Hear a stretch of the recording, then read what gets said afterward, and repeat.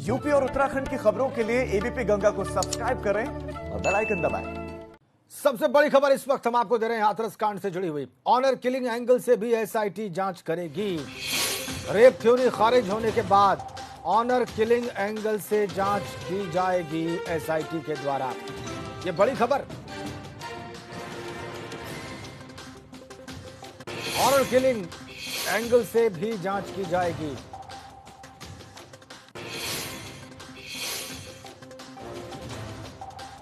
Rape theory के खारिज होने के बाद एफएसएल की रिपोर्ट में और पोस्टमार्टम की रिपोर्ट में अब एसआईटी जो इस पर जांच कर रही है, हाथरस के उस गांव में पहुंचकर वो ऑनर किलिंग एंगल से भी जांच करेगी। हमारे संवाददाता नितिन उपाध्याय हमारे साथ जुड़े हुए हैं इस वक्त लाइव। नितिन, ये क्या है बात सारी, दर्शकों को विस्तार से बताइए। ऑनर किलिंग का मामला कहां से आ रहा है? देखिए, बहुत बड़ी खबर इस समय एबीपी गंगा दे रहा है कि देखिए जिस तरीके से 14 सितंबर का अगर मां का बयान देखा जाए और मृतका का बयान देखा जाए, उसमें संदीप सिंह को गले में डालकर खींचने की बात आ रही है।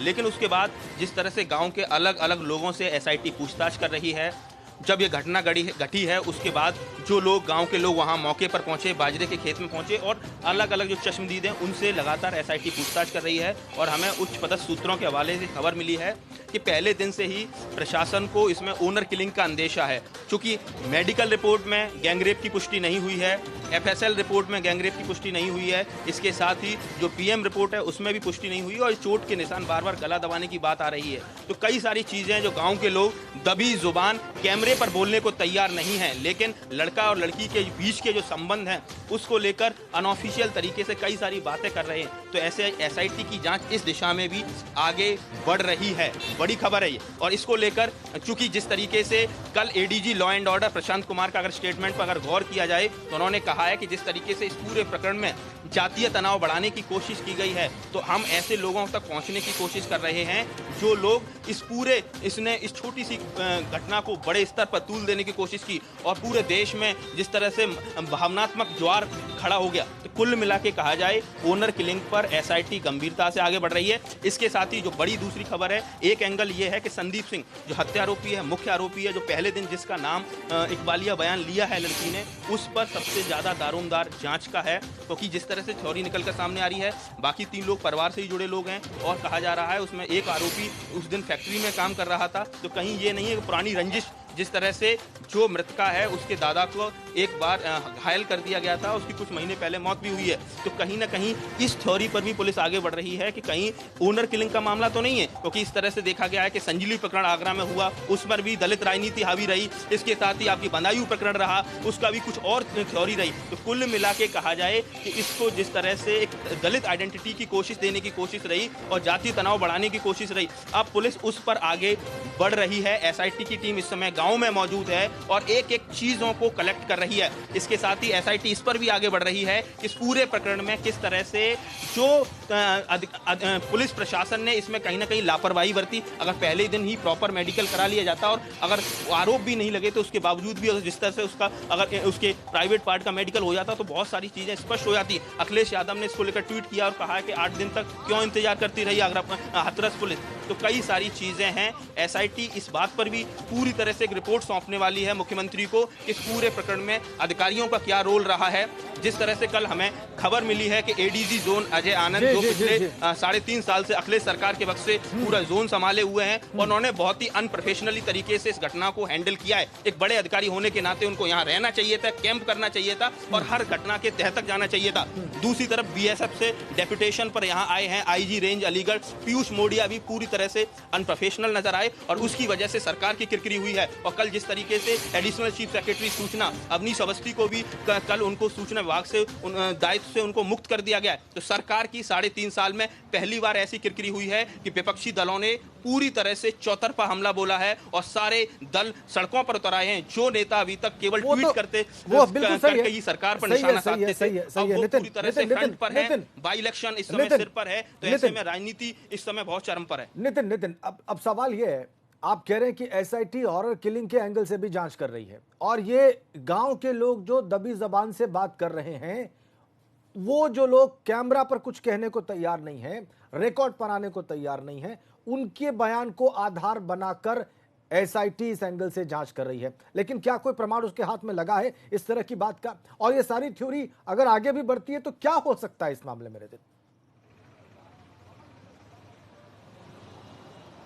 देखिए अभी कुछ भी कहना बहुत ज़्यादा प्रीमेच्योर होगा, क्योंकि इस समय देश लगातार इमोशंस पर इस समय बढ़ रहा है। महिला सुरक्षा, बाल सुरक्षा के मुद्दे इस समय हैं तथ्यों से ज़्यादा। तो कुल मिला के देखिए, एसआईटी हर एक से बात कर रही है, गांव के अलग अलग लोगों से बात कर रही है, क्योंकि जिस के साथ, पीड़िता के साथ ये घटना हुई है और जो आरोपी हैं उनका घर भी बिल्कुल लगा हुआ है, और ऐसे में कई सारी चीज़ें हैं।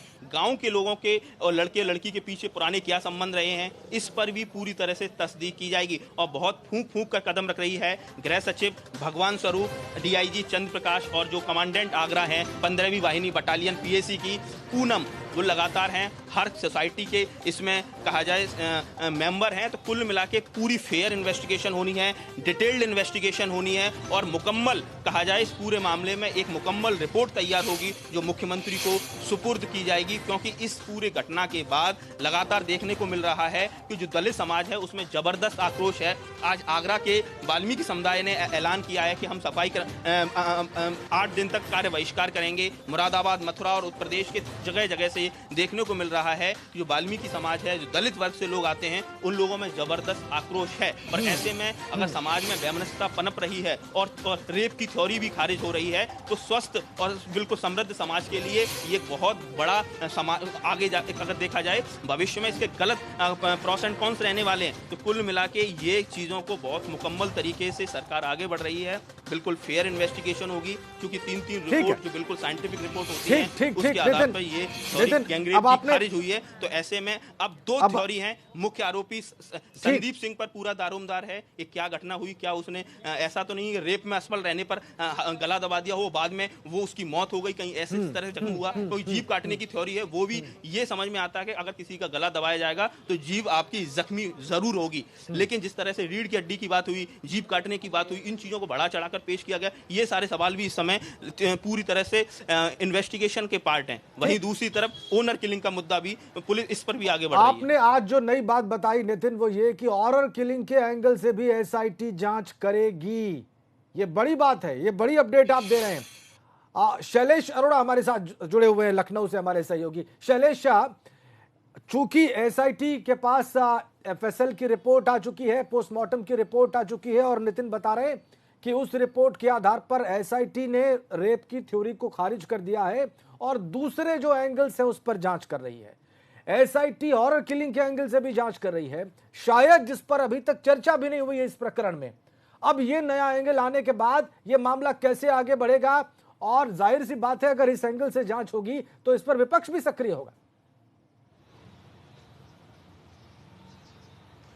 राजेंद्र, देखिए बहुत सारे, अभी जैसा हम लोग पहले ही बात कर रहे थे कि इस पूरी जो कहानी में एक नए मोड़ आए दिन आते जा रहे हैं। कल पहले पोस्टमार्टम रिपोर्ट सामने आना, मेडिकल रिपोर्ट सामने आना, एफएसएल रिपोर्ट सामने आना, उसमें रेप की पुष्टि ना होना, और अब जिस तरह से इस पूरे मामले को ऑनर किलिंग के रूप में देखते हुए भी जांच की जाएगी। इसके अलावा और क्या पहलू हो सकते हैं, क्या कोई पुराने विवाद हो सकते हैं, इन सारी चीज़ों को देखकर जांच की जाएगी।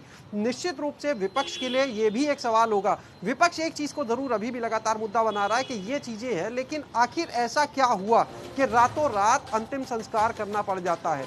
पीड़ित पक्ष जो है उनके घर वालों के अलग अलग बयान आते हैं। एक वो बयान जो पुलिस की तरफ से दिया जाता है, एक वो बयान जो विपक्षी जो है वो वीडियो के रूप में सामने लेकर आते हैं। तो अभी भी इस पूरे मामले को अगर देखें तो एक तरफ जांच चल रही है, लेकिन दूसरी तरफ जिस तरह से विरोधाभासी बयान सामने आ रहे हैं, जिस तरह से कुछ ऐसी चीजें हुई हैं जो लगातार सवालिया निशान उठा रही हैं, ये अपने आप में बड़ी है। दूसरी चीज है कि जो अब कोर्ट ने सुओ मोटो कॉग्निजेंस लिया है इस पूरे मामले का, उसने बड़े बड़े अधिकारियों को तलब किया है। तो देखना ये भी होगा अधिकारी वहां पर क्या फैक्ट्स लेकर जाते हैं, क्योंकि ये एक बड़ा सवाल अभी भी बना है जिसका कोई जवाब नहीं आया है सामने खुलकर कि आखिर रातों रात क्यों अंतिम संस्कार किया गया।